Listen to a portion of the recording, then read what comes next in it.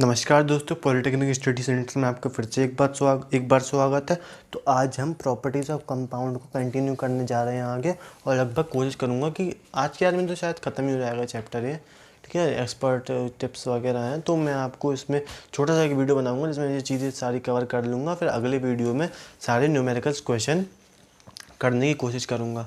तो आप जैसे देख रहे हैं मेरी वीडियो बनाने की स्पीड बढ़ चुकी है, क्योंकि 6000 सब्सक्राइबर हो चुके हैं। तो आप भी अपने सब्सक्राइबर बढ़ाने की स्पीड भी बढ़ा दीजिए थोड़ा, जिससे मैं आगे नई नई चीज़ें आपको समझाता जाऊँ अच्छे से, और आपको अच्छा अच्छा कंटेंट मिलता रहे, जो आपको इस समय तो कहीं नहीं मिल रहा है पॉलिटेक्निक पे, जितना भी आपको बता सकता हूँ। ठीक है, तो चलिए स्टार्ट करते हैं प्रॉपर्टीज़ ऑफ कंपाउंड से। तो बेसिकली प्रॉपर्टीज़ ऑफ कंपाउंड यहाँ पर क्या बता रहा है, compound can not be separated. एक मिनट में जूम कर देता हूँ उसको थोड़ा, ये आपको ज़्यादा अच्छे से दिखाई दे चीज़ें। ठीक है, आशा करता हूँ आपको ढंग से दिखाई दे रहा होगा यहाँ पर। तो बेसिकली क्या है यहाँ पर, properties of compound. A compound can not be separated into its component by physical method. Components यानी कि कंपाउंड जैसे H2O है, तो H यानी हाइड्रोजन और ऑक्सीजन को हम फिजिकल मेथड से सेपरेट नहीं कर सकते हैं, वो एक कंपाउंड होता है, कंपाउंड की प्रॉपर्टी होती है। ठीक है, properties of compound are entirely different from those of constituent particles. Hydrogen और ऑक्सीजन से पानी की प्रॉपर्टी डिफरेंट होगी टोटली, या कार्बन डाइऑक्साइड से कार्बन और ऑक्सीजन की प्रॉपर्टी कंप्लीटली डिफरेंट होगी। ठीक है, और यहाँ पर अगला पॉइंट क्या दिया गया है, the composition of compound is fixed, that is किस प्रपोर्शन में होगा, और उसका वेट के जो प्रोपोर्शन है वो हमेशा फिक्स रहता है। तो जैसे कि हम बात करें, मैं फिर से आपको H2 बताने वाला था, जैसे H2SO4 है, तो यहाँ पर हाइड्रोजन, सल्फ़र, ऑक्सीजन जितनी जितनी मात्रा में हो रहा है वो सारे निर्धारित होंगे पहले से। ठीक है, उसमें कोई चेंज नहीं आएगा। Compound is a homogeneous substance.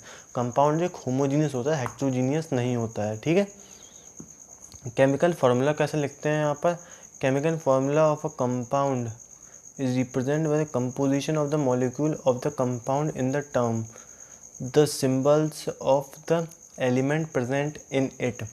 A formula of H2O represent water has 2 more atoms of hydrogen and यहाँ पे भी और 1 of oxygen atom। ठीक है, तो बेसिकली यहाँ पर केमिकल फार्मूला की बात हो रही है, यानी कि किसी भी चीज़ का एक केमिकल फार्मूला कैसे बनाया जाता है। ठीक है, किसी भी एक कंपोनेंट से बनने वाले कंपाउंड का केमिकल फार्मूला बनाने की टेक्निक बताई जा रही है यहाँ पर।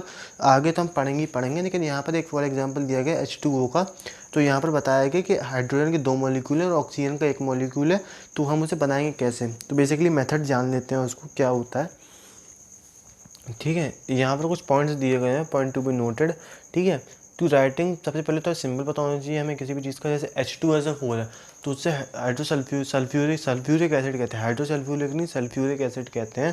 तो सल्फ्यूरिक एसिड में हमको पता होना चाहिए सल्फ़र है, ऑक्सीजन है और हाइड्रोजन है, क्योंकि हाइड्रोजन बोलता नहीं है लेकिन होता है फिर भी, H2SO4। ठीक है, तो H पता है हमें, हाइड्रोजन का H पता है, ऑक्सीजन का हमें S पता है, और सल्फ़र का हमें S पता है। सबसे पहले हमें क्या जान लेना है यहाँ पर, कि इनके जो सिंबल्स हैं उनको जान लेते हैं। इसकी ज़रूरत वैलेंसी यानी कि क्या होता है, वैलेंसी जान लेते हैं क्या होता है, कि उसके आउटर मोस्ट सेल में बॉन्ड बनाने के लिए कितने इलेक्ट्रॉन्स प्रेजेंट है। फॉर एग्जांपल कार्बन को देख लेते हैं। ठीक है, कार्बन से कैसे पता करेंगे हम लोग, तो कार्बन को हम पहले गिन लेते हैं कहाँ आता है वो पीरियोडिक टेबल में। सबसे पहले क्या लिखते हैं, hydrogen, helium, lithium, beryllium, boron, carbon यानी कि 6 पे आ गया। तो अब 2 और 4 में डिवाइड करेंगे, तो हमेशा ऐसे डिवाइड करते हैं, 2, 8, 18 ऐसे करके हम अलग अलग डिवाइड कर लेते हैं। ठीक है, इसके बाद क्या आता है, बचे कितने, 4। ठीक है, अब 4 को हम डिफरेंट पे अरेंज करेंगे, यानी कि जैसे हमारा CH4 बनता है, तो हाइड्रोजन के एक्सटर्नल में कितने, एक होता है सबका, तो एक से बॉन्ड कर लेगा 4 के, तो हमारा CH4 कंपाउंड बन जाएगा। ठीक है, अभी यहाँ पर क्या होता है, criss cross rule applying from the interchange. ठीक है, क्रिस क्रॉस रूल कैसा होता है आगे बताया गया हमको, पहले क्रिस क्रॉस जान लेते हैं। रुक जाइए, मैं आपको एक पेन कॉपी लाता हूँ, उस पर आपको समझाने की कोशिश करता हूँ। तो माफ़ कीजिएगा, यहाँ पर थोड़ा काला एक रजिस्टर लेके आऊँगा, लेकिन आपको समझ में पूरा आएगा, उसकी चिंता मत करिए आप। तो हम जान लेते हैं, हमको सबसे पहले पता किसका करना है, हमको पता करना है H2O का। ठीक है, तो H बना किस से, H से और O से। ठीक है, O का वैलेंसी, यहाँ पर क्या लिखेंगे हम, सिंबल्स। ठीक है, और यहाँ पर हम लिखेंगे वैलेंसीज। H की वैलेंसी कितनी होती है +1, O की वैलेंसी -2। अब आपको वैलेंसी पता करनी है तो आप क्या करिएगा, आपको कैसे बताऊँ, जैसे कि क्या बता दूँ मैं आपको, जैसे कि आपको पता करने हैं बेसिकली यहाँ पर वैलेंसी, ठीक है। तो आपको किसी भी की कंपाउंड देख लीजिए जिससे बन के तैयार हुआ है हमारा और ये चीज़, ठीक है। H2O है तो मैं H2O को एग्जांपल लेता मैं सोच।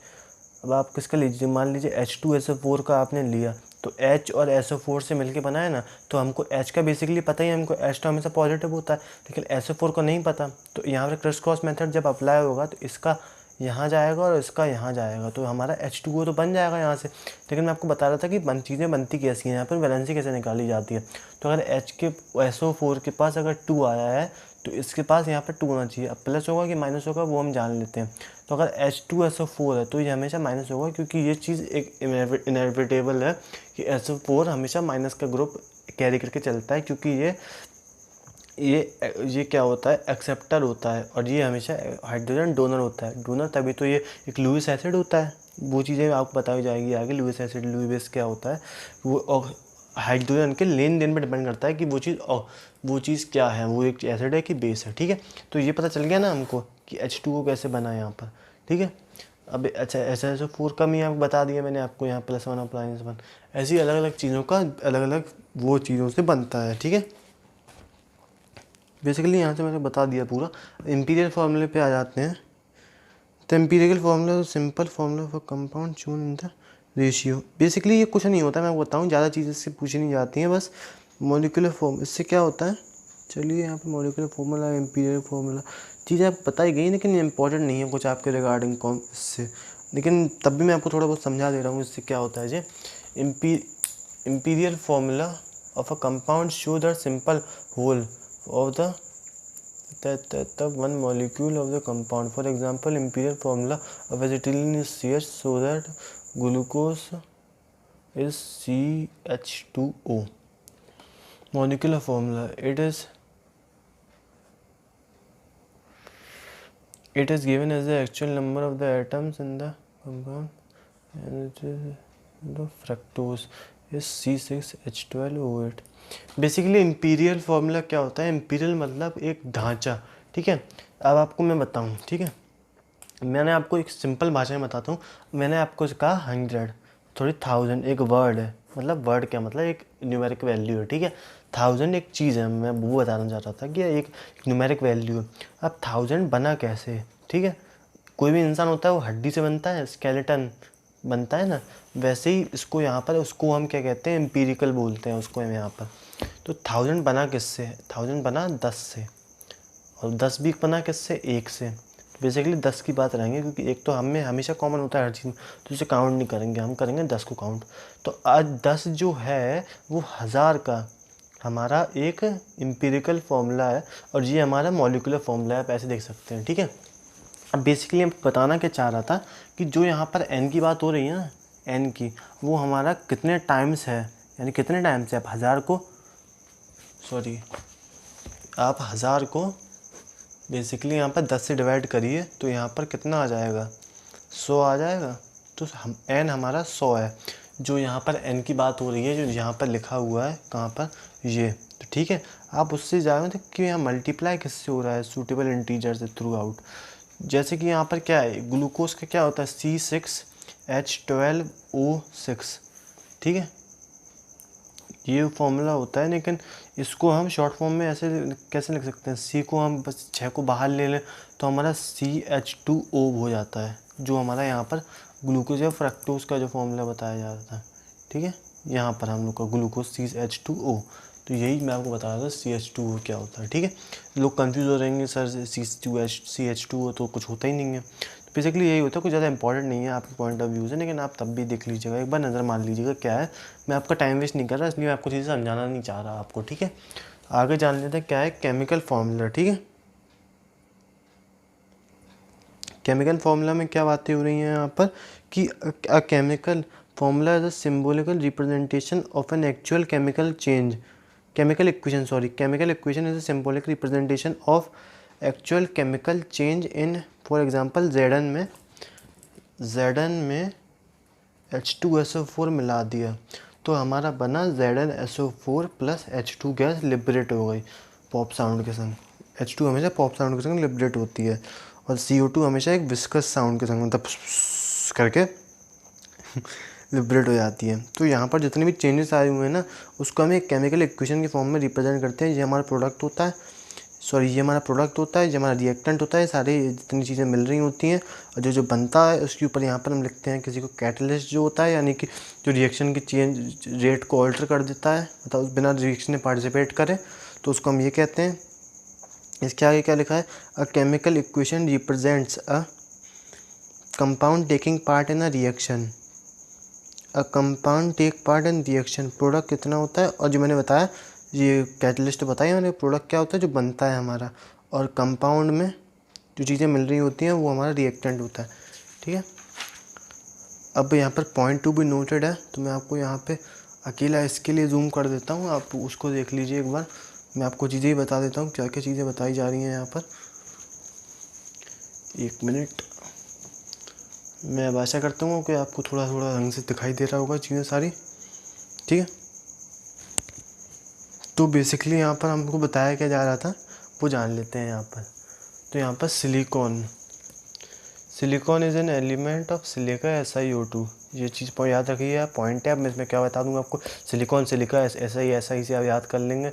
Oxygen metal is basic and non metals are acidic.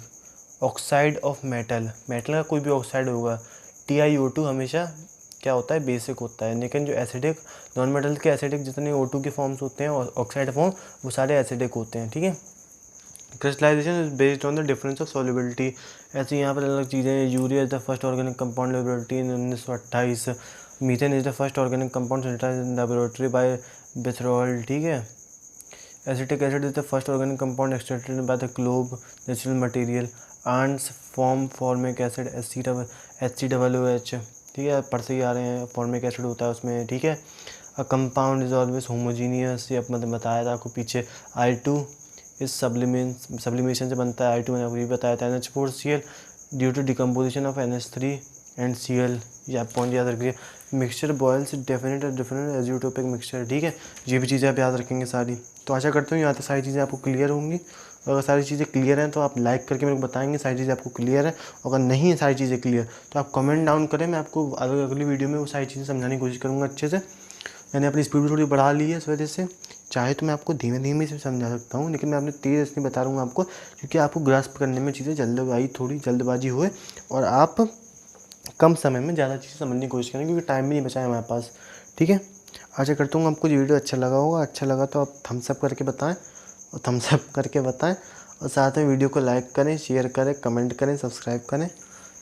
चल मिलते हैं अगली वीडियो में, तब तक के लिए बाय बाय।